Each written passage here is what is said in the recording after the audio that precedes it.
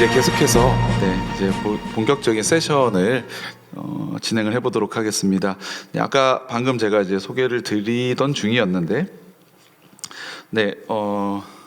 첫 번째 세션입니다. 서브오비털의 출현과 우리나라 발사체의 역사, KSR 로켓부터 누리호까지라는 제목으로 한국항공우주연구원 발사체 연구소장님으로 계시는 최환석 소장님께서 발표를 준비하셨습니다. 최환석 소장님께서는 잠시 단상 위로 올라와 주시기 바라겠습니다. 소장님께서 올라오시는 동안 잠시 박수로 환영해 주시면 감사하겠습니다.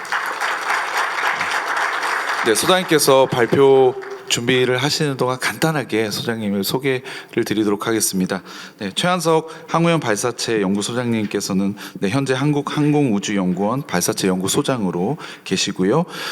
현재 이제 소장님께서 대한민국의 차세대 발사체 산업에 열중하고 계십니다. 거기에 이제 지속적으로 참여하고 계시고 역대 이래로 그리고 우리나라의 우주 역사에 있어서 정말 특히 나로호나 누리호 같은 이제 로켓의 액체 로켓 엔진 개발에 굉장히 큰 기여를 공헌하신 멋진 공학자이시자 과학자이십니다. 그럼 이제 마이크를 소장님께 넘겨드리도록 하겠습니다. 소장님 준비되셨으면 발표하시면 되겠습니다. 예, 안녕하세요. 방금 소개받은 한국항공우주연구원 발사체 연구소 최환석입니다. 제가 아침에 일찍 세종에서 출발했는데요. 간신히 시간에 맞춰서 도착을 했습니다. 시작부터 일단 느낌이 좋고요.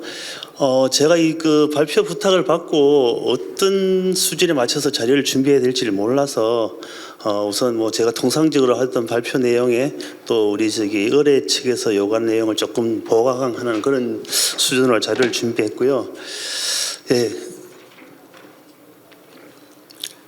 우주 발사체 개요에 대해서 잠깐 말씀을 드리고 그다음에 오늘의 메인 주제인 한국의 우주 발사체, 예전에는 그냥 한국의 우주 발사체 개발이라고 하면 우주 발사체 개발하는 쪽은 저희 항우연밖에 없었기 때문에 그렇게 해서 이제 발표를 하면 문제가 없었는데 최근엔 잘 아시다시피 이제 민간에서 워낙 이제 많은 개발들 하시고 해서 이제 최근에는 항상 갈로하고 칼이라는 명칭을 넣습니다. 왜냐하면 제가 발표하는 내용은 우리나라 민간이라든지 이런 쪽에서 발표하는 내용, 개발하는 내용을 전부 담지는 않고 제가 종사하던 한국항공우주연구원에서 개발하는 부분만 담았기 때문에 지금부터 이제 최근에는 항상 칼이라고 이제 이름을 붙입니다.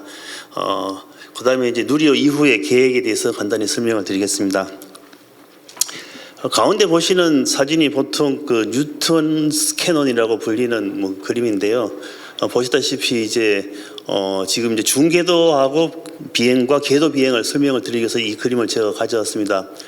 보시는 바와 같이 지구 위에서 이렇게 대포를 쏘면 지구의 중력에 의해서 얼마 못 가서 좀 떨어지죠. 조금 더 속력을 키우면 좀 더 멀리 가서 떨어지고 그런데 이제 특정 속도에 이르면 밑에 표시가 되어 있는 원운동 궤도 속도라는 속도에 이르면 더 이상 떨어지지 않고 지구 주위를 계속해서 돌면서 이제 궤도를 형성하게 됩니다. 이 궤도를 형성하는 속도는 이제 공식이 나타나는 바와 같고요. 통상 저희가 이제 지구 궤도 한 700km 정도 궤도를 이제 저렇게 돌기 위해서는 초속 7.5km 1초에 7.5km를 가는 속력이 필요합니다. 이 이유는 이제 물체를 지구 중심으로 당기는 중력하고 이렇게 회전하면은 이제 원심력이 생기다 보니까 이 중력하고 원심력이 균형을 이루는 그 속도가 이제 결국은 원인동을 유지할 수 있는 그런 속도가 되겠고요. 왼쪽 사진에 보시면 이제 지구에서부터 쭉 고도별로 어떤 그림을 보여드리고 있는데 통상 저희가 타고 다니는 항공기 같은 경우는 이제 보통 한 10km 전후방에서 비행을 합니다. 거기서는 이제 항공기 엔진에서는 제트 엔진을 사용하는데 여기는 산화제를 공기 중에 있는 산소를 이제 산화제로 이용하기 때문에 너무 높이 올라가 있으면 산소가 없어서 이제 비행을 할 수가 없게 되고요. 저기 보시는 이제 빨간색 그림이 이제 스브오비탈 궤도를 나타나는데 보시다시피 포물선 운동을 해서 궤도에 아까 여기 제가 보내드리는 VC에 도달하지 못해서 궤도를 원음도를 하지 못하고 다시 중력에 의해서 지구로 떨어지는 그런 궤도를 유지하게 됩니다. 이런 중궤도 비행은 어떤 용도로 사용되는가 보면은 우선 우리 인류 최초의 중궤도 비행체는 바로 잘 아시는 독일의 제2차 세계대전 때 사용됐던 V2 로켓이 최초의 중궤도 비행체라고 보시면 되겠습니다. 이 중궤도 비행의 주된 용도는 사운딩 로켓이라고 해서 이제 과학 탑재체를 탑재해 가지고 우리가 원하는 측정을 하면서 지구 어떤 프로파일을 따라서 이제 측정하는 그런 목적이 있고, 또 한 가지 최근에는 이제 중궤도 우주 여행이라는 토픽이 생겼습니다. 왼쪽 사진에 보시는 바와 같이 이제 2004년에 스케일드 컨버지트 사이즈의 스페이스십 1이 인류 최초의 민간 중궤도 투어 비행체가 됐고요. 최근에 들어서는 이제 실제로 상업적으로 블루 오리진에서 뉴 세퍼드라고 하는 비행체를 가지고 상업용 중궤도 여행을 하고 있습니다. 예, 그래서 발사체를 이야기하려면 가장 먼저 이제 아까 말씀드렸던 독일의 V2 로켓을 이야기하지 않을 수가 없습니다. 왜냐하면 이 로켓 사람이 이제 가장 번영성했던 것이 러시아. 지금은 이제 전쟁 때문에 조금 활동이 좀 뜸하지만 러시아하고 미국 양대 산맥이었는데 1945년 이제 제2차 세계대전이 끝나면서 독일의 V2 로켓이 양쪽으로 진영으로 갈라져서 이제 이전이 되게 되었습니다. 미국 쪽으로는 이제 V2 로켓을 개발했던 폰 브라운 박사와 그 일행들이 미국으로 건너가게 되었고, 소련으로는 V2 로켓과 또 나머지 일부 과학자들이 소련으로 넘어가게 되었습니다. 우선 위쪽에 보시면은 이제 러시아의 초기 로켓은 R이라는 이름으로 나오는데, R1은 러시안 V2 로켓이라고 해서 V2 로켓이 러시아로 넘어가서 러시아화된 최초의 로켓이 되었고, 보시면 모양도 거의 똑같죠. 그리고 이제 R2로 이제 진전이 되고 1957년에 이제 중국하고 러시아가 수교를 하면서 R2의 로켓이 중국으로 넘어가게 됩니다. 그래서 중국에서는 이제 동풍이라는 이름으로 불렸는데, 결국 중국의 로켓의 시발점도 결국은 독일의 V2 로켓이 러시아를 통해서 중국으로 넘어가서 쭉 이제 발전이 되게 됐고요. 그 이후에 이제 인류 최초의 인공위성을 쏘아올린 R7 로켓이 이제로 진전되고, 현재까지 많이 운용되고 있는 소유주 발사체에 이르게 되었습니다. 그리고 미국 쪽에서는 이제 폰 브라운 박사가 넘어가서 최초의 이제 범퍼 로켓이라든지 쭉 거의 비슷하게 생긴 로켓을 개발하다가 세턴 로켓으로 이제 달 착륙을 하게 되었고, 최근에는 잘 아시는 바와 같이 펠콘 9과 같은 가장 성공적인 민간 발사체로 발전하게 되었습니다. 뉴스페이스 시대라고 지금 부르는데요. 그럼 뉴스페이스 시대가 과연 무엇인가? 정의를 한번 생각해 보면 우주 개발의 어떤 주체의 변화, 그리고 관점의 변화를 포함하는 우주 개발의 생태계의 변화를 이제 뉴스페이스 시대라고 부른다고 이해하시면 되겠습니다. 그래서 우주 개발의 주체는 과거에 이제 미소의 경쟁에서 어떤 체제 경쟁에서 비롯된 그런 우주 개발에서, 지금은 이제 민간 쪽에서 결국 우주의 사업화를 위한 비즈니스 차원에서의 개발할 관점에서 달라졌고, 근데 우주 개발의 어떤 관점에서 봤을 때는 예전에는 비용과 상관없이 성능이 가장 큰 문제였지만, 지금은 말씀드렸듯이 이제 우주의 상업화가 되어 있기 때문에 엄청난 고성능을 추구하기보다는 실제로 손쉽게 접근할 수 있고 경제성이 있는, 결국 설계도 저비용의 관점을 맞추고 제작 측면에서도 비용을 항상 고려하는 그런 어떤 개발의 관점의 변화가 있었다는 게 이제 뉴스페이스 시대의 가장 큰 특징이라고 볼 수 있겠습니다. 뉴스페이스 시대라고 하면 여러분이 잘 아시는 스페이스X의 펠콘 로켓, 최근에 또 발사를 성공한 스타쉽 이런 걸 들 수가 있는데요. 뉴스페이스 시대에 들어서면서 굉장히 많은 기업들이 이 우주 발사체 사업에 뛰어들었지만 사실 아직까지 크게 성공적이라고 할 수 있는 데는 스페이스X를 비롯해서 로켓랩이라든지 굉장히 소수에 지나지 않기 때문에 이런 우리 국내에서도 뉴스페이스 시대가 정착하기 위해서는 민간의 어떤 그 발빠른 그 투자도 필요하지만 정부의 어떤 지속적인 지원도 반드시 필요하지 않을까 그렇게 생각을 합니다. 그래서 뉴스페이스 시대에 들면서 그 스타트업들이 굉장히 많은 이제 소형 발사체를 개발하고도 있기도 하지만 국가적으로도 굉장히 그 중요한 그 주력 발사체들의 신규 개발하고 있습니다. 보시는 바와 같이 그 미국의 그 유인 달 탐사용 뭐 SLS 로켓이라든지 그다음에 그 미국의 델타 아틀라스 후속으로 개발 중인 볼케인 로켓이라든지 다양한 발사체들이 개발이 되고 있고요. 특히 민간에서는 이제 그 스타쉽이라든지 뉴글레라든지 뉴트론 등 그 실제 그 어떤 그 비즈니스를 위한 발사체들이 다양하게 개발이 되고 있습니다. 특히 노란색으로 제가 표시한 부분은 이제 재사용 발사체로서 개발이 되고 있습니다. 그럼 우리나라의 우주 개발 계획을 한번 살펴보면 1996년에 이제 우리나라도 우주 개발을 하기 위해서 그 우주 개발 중장기 기본 계획이라는 걸 만들었고 약 3차에 걸쳐서 이제 그 보완을 했습니다.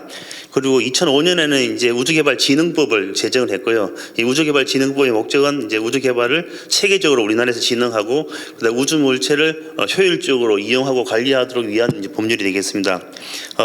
우주개발진흥법이 제정되면서 우리나라의 그 우주개발 중장기 기본계획이 우주개발진흥 기본계획으로 이름이 바뀌어가지고 2007년에 최초로 제정되었고 법규상 5년마다 일단 개정을 하도록 되어 있습니다. 그래서 맨 마지막으로 2022년 12월에 이제 4차로 개정이 되는데 이 4차 우주개발진흥개발의 키워드는 이제 우주 경제가 되었습니다. 우주는 이제 어떤 경제의 장으로 이제 끌어들이는 건데요.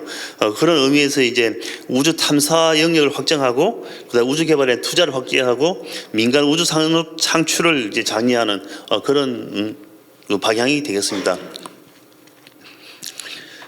저희 항우연의 그 발사체 개발 이력을 보면 저희 항우연은 이제 89년에 설립이 되었고요. 저는 94년에 이제 항우연에 그 조인을 했습니다. 뭐 여기 보면 이제 그 많은 위성들과 우리 이제 발사체들이 표시가 되어 있는데요. 최초의 그 저희 로켓은 이제 KSR이라고 해서 이제 코리아 사운딩 로켓이라고 해서 과학 로켓이 되겠습니다. KSR하고 1하고 2는 고체 추진제 로켓이고요. 그 이후에 이제 최초의 액체 추진 기관을 사용한 KSR-3 로켓이 개발이 되었습니다. KSR-3까지는 사운딩 로켓이었고요. 그 이후에 이제 그 실질적으로 본격적으로 우주 궤도에 위성을 투입하기 위한 우주 발사체가 개발이 되는데 여러분이 잘 아시는 나로호라는 게 이제 개발이 되었고 2009년, 2010년에 1차, 2차 발사를 했지만 실패를 했습니다. 그리고 마지막으로 2013년에 다행히 3차 발사에서 성공을 거두었고요. 그렇게 함으로써 이제 나로호는 어쨌든 우여곡절 끝에 성공적으로 마무리가 되고 그 이후에 이제 여러분이 이제 아시는 누리호 개발 사업이 진행이 됐습니다. 그래서 2018년에는 누리호 전체를 발사하는 게 아니고 누리호에서 이제 우리 그 액체 엔진을 최초로 개발했기 때문에 이 액체 엔진에 대한 지상 검증만으로는 부족하다. 이걸 실제로 비행 시험을 해봐야 된다는 그런 의견들을 수용해서 실제로 이제 누리호에 사용되는 엔진 한 기를 탑재한 그 엔진 검증용 그 시험 발사체가 되었습니다. 2018년에 성공적으로 발사가 되었고 그다음에 2021년과 2021년에는 그 테스트 플라이트, 그러니까 실제로 임무 수행을 하기 위한 임무 비행이 아니고 발사체가 정상적으로 개발되는지를 확인하기 위한 그 테스트 플라이트를 이제 두 회에 걸쳐서 수행을 했습니다. 테스트 플라이트이긴 하지만 위성 투입 능력까지도 검증을 해야지 실제는 발사체가 정상적으로 개발되었다는 것을 확인을 할 수 있기 때문에 이때 이제 그 성능 검증용의 어떤 모사 위성이라든지 또는 성능 검증용 위성을 탑재해서 발사를 했습니다. 그리고 실제로 이제 첫 번째 그 임무 그 비행이 2023년에 이제 누리호 3호에서 실질적인 그 임무 비행이 이루어졌습니다. 그리고 이제 올해는 한 해 그 쉬었고요. 내년 11월에 이제 누리호 이제 4차 발사가 예정돼 있고 여기에는 이제 진짜 좀 더 본격적인 그 차세대 중형위성 3호가 탑재될 예정입니다. 그리고 2026년하고 7년에 누리호 이제 5차, 6차 발사가 진행될 예정이고요. 그리고 현재는 이제 차세대 발사체 사업이 지금 착수돼서 진행되고 있는데 이 차세대 발사체 사업으로는 2030년에 시범 발사가 있고 2031년에 달 착륙 검증선 그리고 2032년에는 실제로 달에 착륙선을 보내는 그 비행 그 발사가 예정이 되어 있습니다. 그리고 그 이후에는 이제 4세대 발사체의 개량형 발사체를 이용해서 화성 탐사를 진행을 할 예정입니다. 좀 전에 말씀드렸던 그 우리 한국의 항우연의 우주 발사체를 이제 조금 더 자세히 살펴보면 사운딩 로켓으로 이제 KSR 1, 2, 3가 이루어졌고 그다음에 이제 스페이스 론치 비클로서 이제 나로호 그다음에 누리호 현재 차세대 발사체가 개발 중에 있다고 보시면 되겠습니다. 저는 이제 원래 엔진 쪽을 담당하였는데요. 그래서 이제 엔진 쪽을 조금 더 살펴보면 KSR-3가 이제 아까 말씀드렸듯이 한국 최초의 액체 추진 기관을 사용한 그 발사체라고 말씀드렸고 이때는 이제 상당히 초보적인 수준의 사실 저희 그 당시에 저희 기술 수준이 그 정도밖에 되지 않았기 때문에 추력은 한 15톤 그다음에 그 터보 펌프라든지 이런 고급 기술을 사용하지 않는 가압 방식의 그 엔진을 사용을 했습니다. 그리고 그 누리호 개발 기간 중에는 실제로 누리호에 사용되는 엔진은 이제 러시아에서 그 스테이지 1단 전체를 가지고 들어왔기 때문에 그때는 이제 저희와 같이 엔진을 하는 사람들은 엔진 선행 개발을 했습니다. 왜냐하면 그 당시에 그 우주 발사체급으로 사용될 고급 그 엔진 기술이 없었기 때문에 그래서 그 당시에는 한 추력 30톤급 정도로 설정을 해서 엔진 선행 연구를 했고요. 이제 그 이후에 이제 누리호에서는 잘 아시는 바와 같이 이제 75톤급 엔진이 메인 엔진이 되는데 이 나르호 할 때 30톤급 엔진 선행 연구한 게 굉장히 큰 그 힘이 되었습니다. 그래서 누리호 나르호 때 30톤급 엔진 기술을 그대로 75톤 엔진을 적용해서 이제 개발이 되었고요. 지금 이제 차세대 발사체 사업에서는 조금 더 진보된 방식의 다단 연소 사이클 방식으로 지금 개발을 하고 있습니다. 그래서 누리호에서 개발하였던 그 엔진 기술을 좀 더 이제 진보시켜서 현재 다단 연소 사이클 방식 엔진을 개발을 하고 있다고 보시면 되겠습니다. 그래서 나로 KSR-3를 보시면 이제 그 과학 로켓이기 때문에 사이즈도 뭐 저기 그렇게 크지는 않고요. 연료는 이제 액체 산소와 케로신을 사용하는 로켓이라고 보시면 되겠습니다.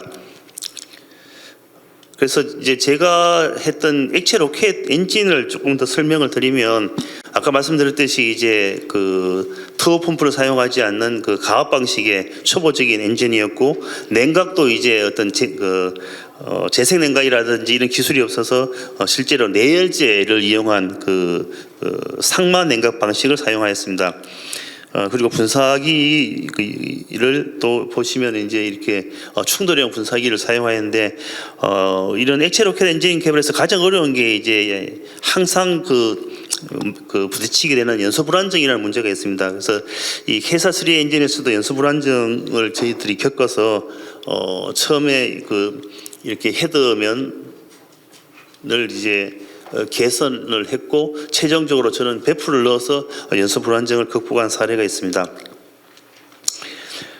이제 비행 시험 장면을 보시는데 우측 하단에 보이는 그림을 이제 제가 한 가지 설명을 드리면 이게 이제 이 지상에서 이륙해서 비행이 끝날 때까지 그 엔진 추력을 그린 겁니다. 이제 파란색은 저희들이 해석적으로 한 거고, 빨간색은 실제 이제 그 비행 시험에서 개척된 데이터인데 두 개가 잘 일치함을 보여주고 있고, 이제 시간이 지나면서 이렇게 추력이 증가하는데 이거는 왜 그런지 설명을 드리면, 이제 추력 공식이 보시면 이제 여기 수식이 나와 있는데 그 중에서 이제 PA라는 게 대기 그 기압입니다. 주변에 있는 그 애트모스피어의 기압인데, 지상에서는 대기압으로서 이제 마이너스의 그 PA가 있기 때문에 지상에서는 1기압에 해당되는 만큼 추력에서 이제 마이너스 요인을 작용하고, 고도가 올라가면 PA가 진공이 되어서 이제 0이 되기 때문에 결국은 지상에서부터 고공을 올라가면서 서서히 추력이 증가하는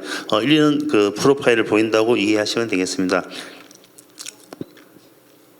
그래서 KSR3를 통해서 저희들은 뭐 다양한 그 성과를 이루었는데요. 우선 뭐 13톤급이긴 하지만 이제 가압식 액체 로켓 엔진을 기술을 개발하였고, 추력 벡터 또는 뭐 자세 제어 기술 뭐 이런 기술을 개발하였다는 것을 이해로 들 수 있겠습니다. 그 이후에 이제 우리나라 최초의 그 우주 발사체 사업으로서 이제 나로 개발 사업이 이루어졌는데, 이것은 이제 당시에 저희가 독자적으로 그 이런 그 우주 발사체용 그 엔진을 포함한 그 스테이지를 만들 기술이 없어서 당시에 이제 러시아의 그 후르니체프사와 공동 개발했습니다. 보시면은 사실 그 1단이라고 표시되어 있는 큰 부분을 이제 러시아에서 그대로 도입을 했고, 저희는 위에 어퍼 스테이지라고 되어 있는 부분을 저희가 담당을 했습니다. 아마 규모로 봤을 때도 사실 저희 한국의 역할이 그렇게 크지 않았다고 보실 수는 있겠지만, 이때는 이제 저희들이 어쨌든 국제 협력을 통해서 기술을 사실은 저희가 습득하는 것이 주 목적이었기 때문에 굉장히 그 큰 성과를 있었다고 저희들은 나름대로 평가를 하고 있습니다. 보시면 굉장히 많은 우여곡절을 겪었는데요. 총 이제 그 발사 연기를 4번을 했고, 발사 실패를 2번 했고, 이제 7번째 발사에서 결국은 성공을 했습니다. 저희 연구원들끼리는 이제 이렇게 뭐 실패도 많이 하고 연기도 많이 하다 보니까 좀 지나서는 이제 눈 감고도 이제 하겠다는 정도로, 이제 사실 이제 이렇게 실패하고 연기하고 하면은 굉장히 많은 비난도 받고 뭐 문책도 받고 하지만, 이렇게 많은 그 실패를 하고 또 발사 중지도 하고 한 게 결국은 정말 그 많은 그 체득을 하는데 큰 도움이 되었다. 라고 이제 저희들은 생각하고 있고요. 굉장히 많은 실패를 겪고 또 많은 비난도 받고 한 끝에 발사를 성공을 해서 그런지, 그 당시에 그 이명박 대통령께서 굉장히 많은 상을 주셔가지고 저희 발사체 하신 분들은 웬만하면 훈장 하나씩은 다 달고 있습니다. 그래서 저도 마찬가지고요.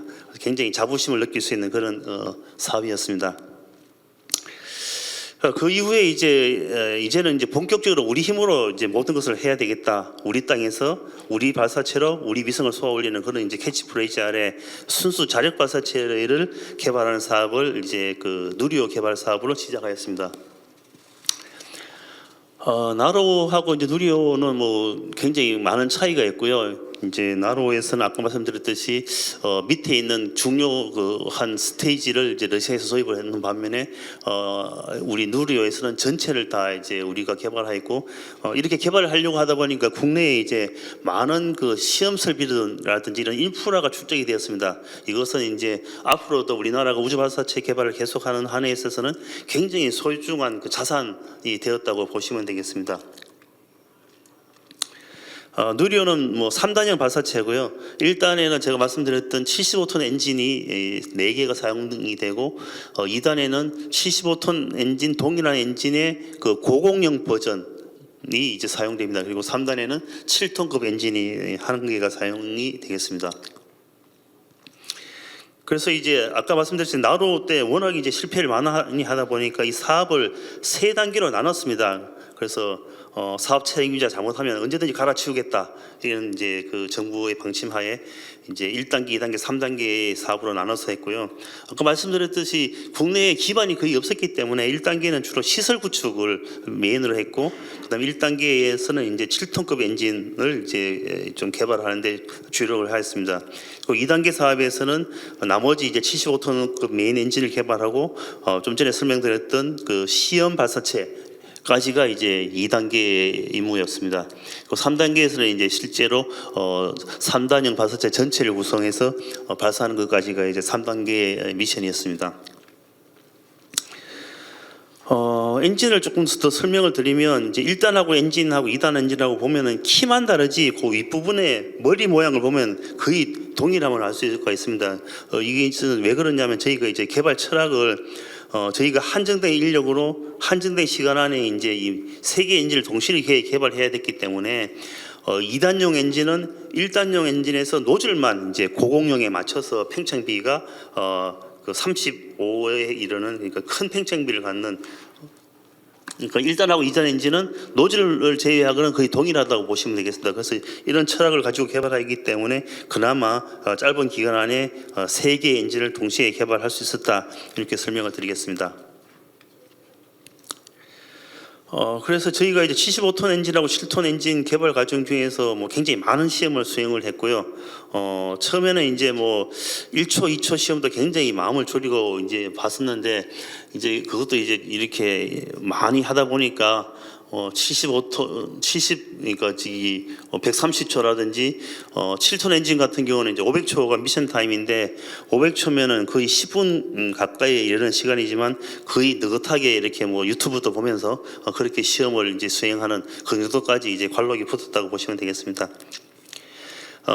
이제 저희들이 개발하는 로직이 이제 바텀업 방식인데 엔진에 있는 컴포넌트부터 검증을 하고 그 다음에 이제 엔진 시스템을 검증하고 그 다음에 엔진이 장착된 그 스테이지를 검증하는 그런 이제 로직을 걸쳤었는데 지금은 이제 검증된 엔진을 가지고 실제 단을 인정하는 시험이 되겠습니다. 그래서 저희들이 이제 단 인정 시험이라고 하는데요. 보시면은 실제 발사체 스테이지를 그대로 갖다 놓고 시험하는 이런 것을 이제 단 인증 시험이 되겠습니다. 보시면은 시간을 이제 30초, 60초, 그다음에 그 실제로 이 스테이지가 비행 중에 겪는 임무 연수 시간까지 연수를 성공적으로 수행을 했습니다. 요거는 이제 2단에 대한 시험이 되겠고요. 그래서 이렇게 인증을 한 이후에 이제 그 실제 비행 시험을 통해서 이 엔진이 진짜 지상에서뿐만 아니고 비행에서도 문제가 없다는 것을 검증을 하였고 그 다음에는 이제 1단에 대해서 동일한 시험을 수행을 하였습니다. 그래서 1단에 보시면 4개의 엔진이 장착되어 있는 것을 가지고 이제 그 스테이지 시험을 한 사진을 볼 수 있습니다. 그래서 누리호 이제 비행 시험을 하였는데 총 이제 3회 비행 시험을 하였고 아까 말씀드렸듯이 1차와 2차 시험은 이제 발사체의 어떤 개발 완성도를 보기 위한 그 성능 검증 시험이었고 3차 발사는 실제로 임무 비행이었습니다.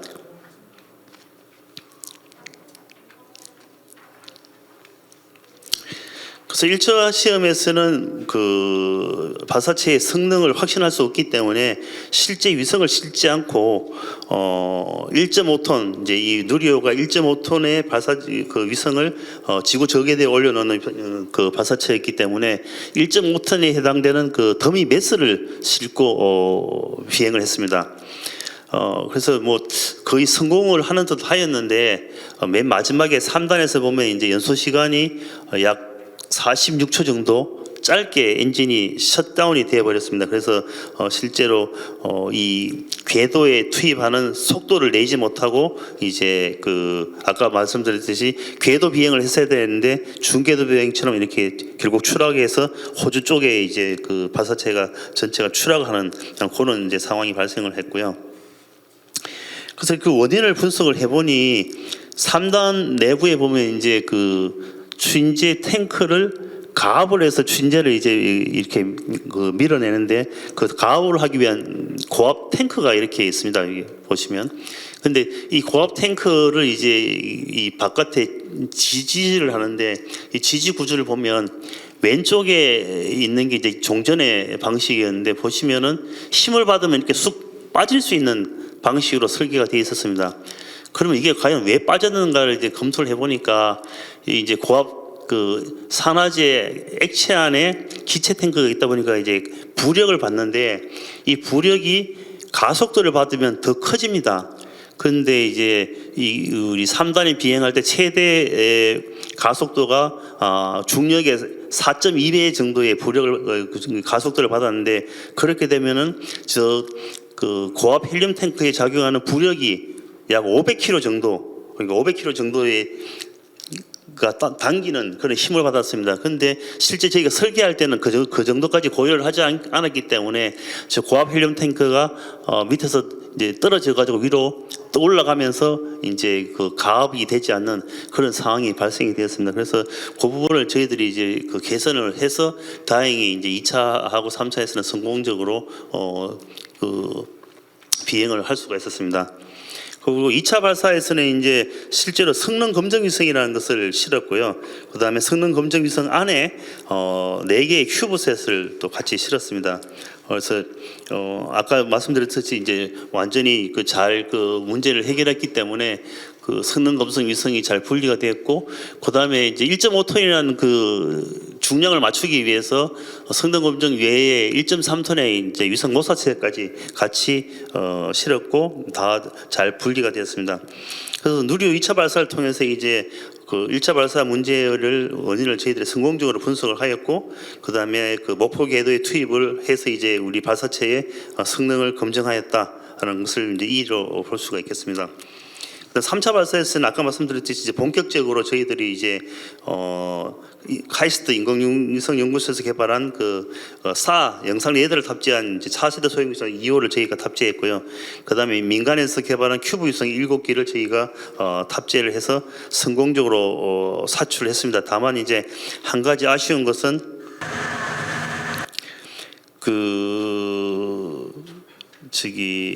첨오년에서 개발한 그 도요셋이라는 그 큐브셋을 4기를 장착하였는데 불행하게도 도요셋 3호는 사출이 되지 않은 것으로 저희들이 판단이 되었습니다. 그래서 사실 이제 이런 발사체 위성 발사 서비스에서 이제 주위성은 사실은 가지고 이 미션의 성공 여부를 판단하고, 이 큐브 위성 같은 경우는 사실은 이제 발사가 실패하더라도 사실 책임을 묻지 않고, 또 큐브셋 하시는 분들도 사실 보험도 가입이 하지 않기 때문에 이게 크게 뭐 흠집은 아니지만 약간 아쉬운 부분은 있었다고 제가 말씀을 드리겠습니다. 다음 이제 누리호 이후에 이제 저희들이 진행되는 방향이 이제 누리호 고도화 사업하고 차세대 발사체 2개 사업이 진행되고 있는데, 누리호 고도화 사업은 이제 반복 발사를 통해서 누리호의 어떤 성능을 좀 더 이제 검증하고 신뢰성을 높이는 그런 과제가 되었고, 차세대 발사체 개발 사업은 이제 좀 더 진보된, 그리고 우주 탐사라든지 그런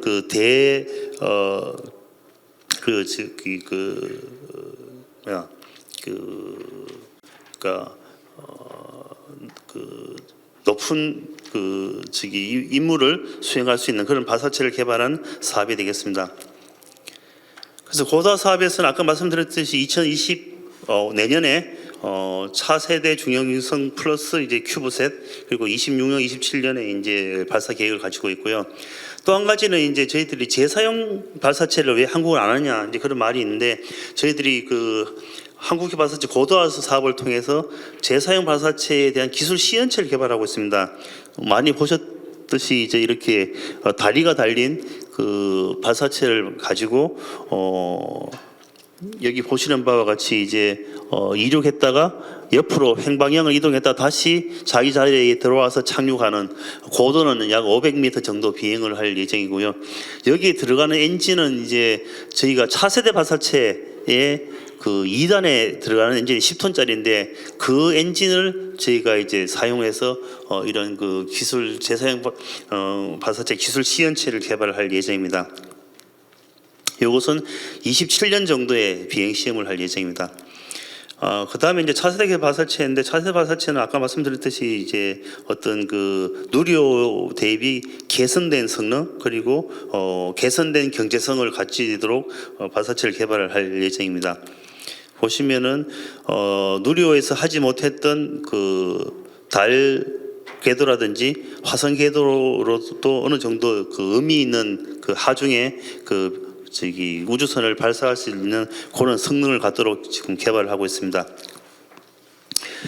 그래서 이제 여기까지 저희가 이제 앞으로 저희 항우연의 계획을 설명을 드렸고요. 이제 그러면 우리 그 대한민국에서는 어떻게 이 뉴스페이스를 맞아서 정부에서 하고 있는지 보시면 우리 그 4차 우주개발진흥 기본계획의 공청회 자료를 제가 좀 발췌를 했습니다. 보시면 이제 어쨌든 민간 역할 우주 개발에서 민간 역할 확대하고 민간 주도의 혁신을 이제 저희들이 이걸 장려하고도록 돼 있고, 그다음 우주 탐사 계획을 확장하고, 그다음 달 경제를 현실화하는 뭐 이런 그 구도로 정부가 계획을 하고 있습니다. 그리고 올해 5월달에 이제 우주청이 이제 그 설립이 돼 가지고 굉장히 그 활발하게 활동을 하고 있고, 아마 12월 중에 이제 그 정부의 그 어떤 그 우주 또는 이제 항공 쪽에 계획을 그 발표를 할 것이라고 제가 알고 있습니다.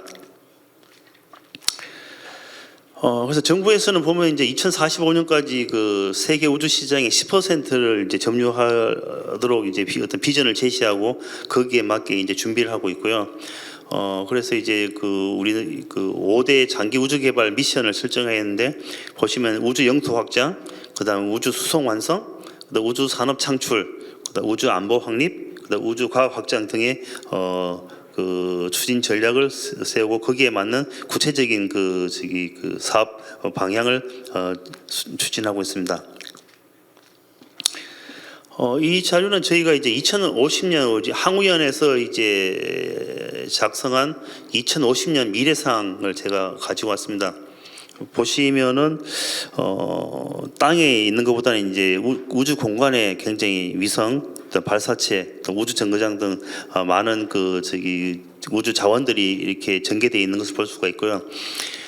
2050년 뭐 딱 이 시간 50년에 이렇게 된다고 말할 수 없겠지만, 아마 우리 후세의 세대에서는 이런 시대가 구현되지 않을까 생각을 하고 있고, 이런 메가 트렌드가 뭔가를 살펴보면 이제 인류의 영역 확장, 그리고 인류가 결국 지구에서만 안주하지 않고 이제 우주의 어떤 다른 행성을 우리의 생활 근거지로 삼는 그런 이제 트렌드를 보여주고 있고요. 또 한 가지는 이제 우주 이동 수단의 진화가 되겠습니다.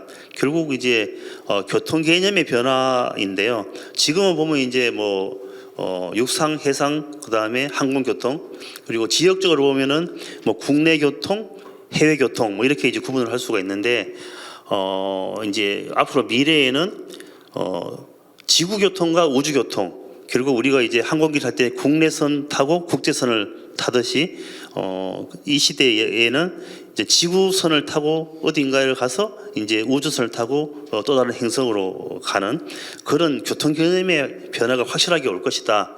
그렇기 때문에 우리나라에서도 결국 우주선이 없으면 이제 결국 지구 안에서만 밖에 돌 수가 없기 때문에 우리나라에서도 자력 어떤 그 교통수단을 가져야 된다.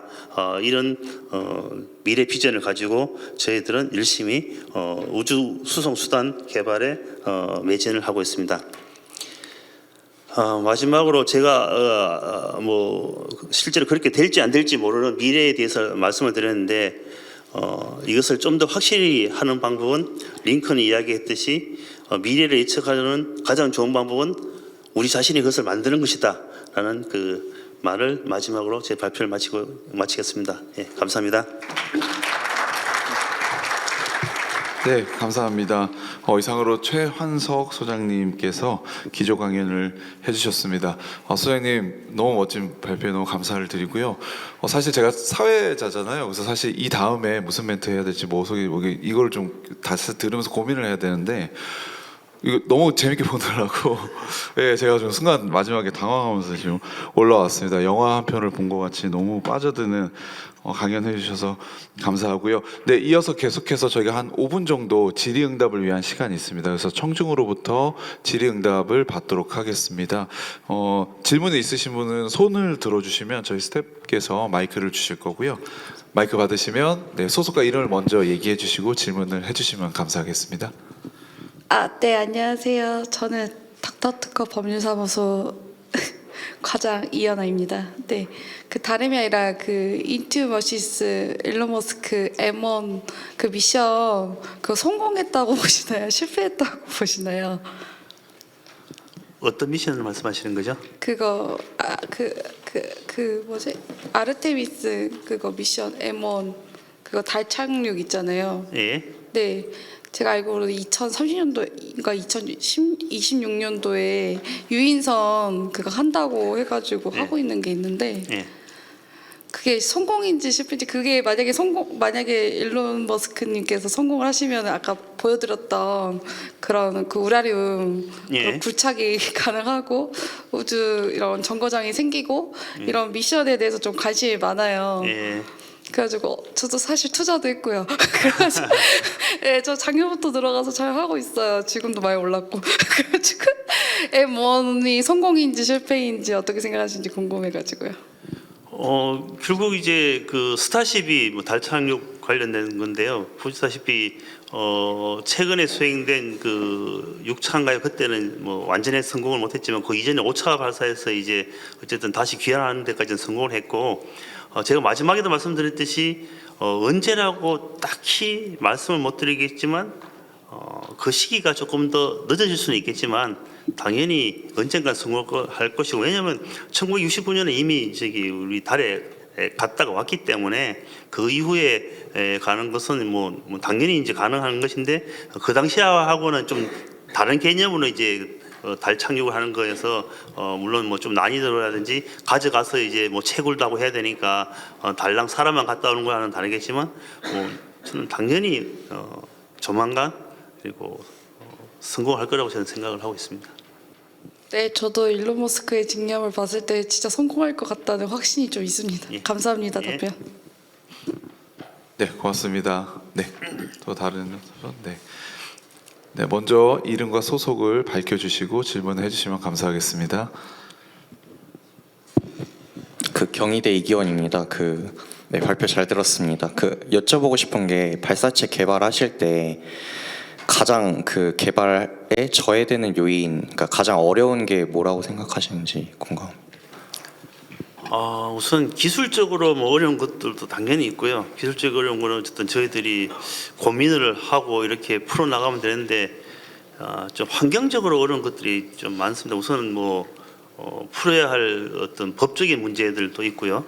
그다음에 또 한 가지는 어떤 저희들도 이제 관리를 받는 기관이다 보니까 관리하는 차원에서 이제 어떻게 보면 실제로 이 관리라는 게 사업이 잘 되도록 굉장히 그 뒤에서 밀어주고 앞에서 끌어주는 방식의 관리가 돼야 되는데 왼쪽 오른쪽에서 막 이렇게 흔드는 방식의 관리를 받는 좀 측면도 좀 있다 보니까 그런 측면에서 굉장히 좀 애로고 있었고 이제 일례로 저희가 나로 아까 말씀드렸듯이 뭐 6번 실패하고 7번째 이제 성공을 했는데 그 실패할 때마다 굉장히 많은 그 외부의 어떤 감독 때문에 저희들이 마음도 많이 상했고요. 근데 이제 특히 다행스러운 건 아까 누리호 1차 발사 때 이제 3단이 먼저 이렇게 엔진이 뭐 한 50초 정도 일찍 이렇게 조기 종단이 돼 가지고 실패를 했는데 그때는 이제 다행히 나로 때 그런 안 좋은 경험을 이제 정부에서 잘 인지를 하고 항우연을 신뢰해 줘 가지고 항우연으로서만 사고조사위원회를 꾸릴 수 있도록 해줘서 저희들이 약 2개월 만에 아까 말씀드렸던 그 사고 원인을 정말 엄격하게 분석해내 가지고 그 다음 사업을 성공적으로 이끌었기 때문에 뭐 그런 부분이 이제 조금 심적으로 힘든 부분이 있었다 이렇게 말씀을 드리겠습니다. 네, 답변 감사합니다. 그리고 하나 더 여쭤보고 싶은 게 최근에 이제 우주항공청이 개청을 했고 관련해서 이제 뭐 그런 뭐 우주 발사체 시장이라던가 그 외에 이제 새틀라이트 같은 다양한 이제 산업 부분에 투자도 하고 이렇게 신경을 되게 많이 쓰고 있는 것 같은데 사실 항우연이라는 기관에서 그 항공우주청 개청 전에 그런 역할들을 했다고 생각을 하고 있는데 항공청이 개청이 된 후로 이제 그런 역할 분배라던가 이런 게 어떤 식으로 되고 있는지, 그리고 이제 아무래도 저희도 이제 학생이고 그다음에 또 기업체 입장에서는 이게 어떤 식으로 흘러가고 이게 구조가 어떻게 되는지가 조금 모호한 부분이 조금 있다 보니까 설명해 주시면 좋을 것 같습니다. 그래서 원래 뭐 저희가 이제 우주청 없이 그 과기부의 어떤 그 관리하에 산하기관에 있을 때도 소속 부서에서 이제 저희들에 대한 뭐 어떤 부처의 역할은 이제 어떤 그 계획을 수립하고 그다음에 어떤 미래에 대한 비전을 이제 제시하고 하는 게 어떤 정부 측의 그 임무고, 저희들은 이제 물론 그런 그 정부 계획을 수립하는데 참여는 하지만 저희 기관은 이제 그런 그 정부의 어떤 정책이라든지 이런 것을 그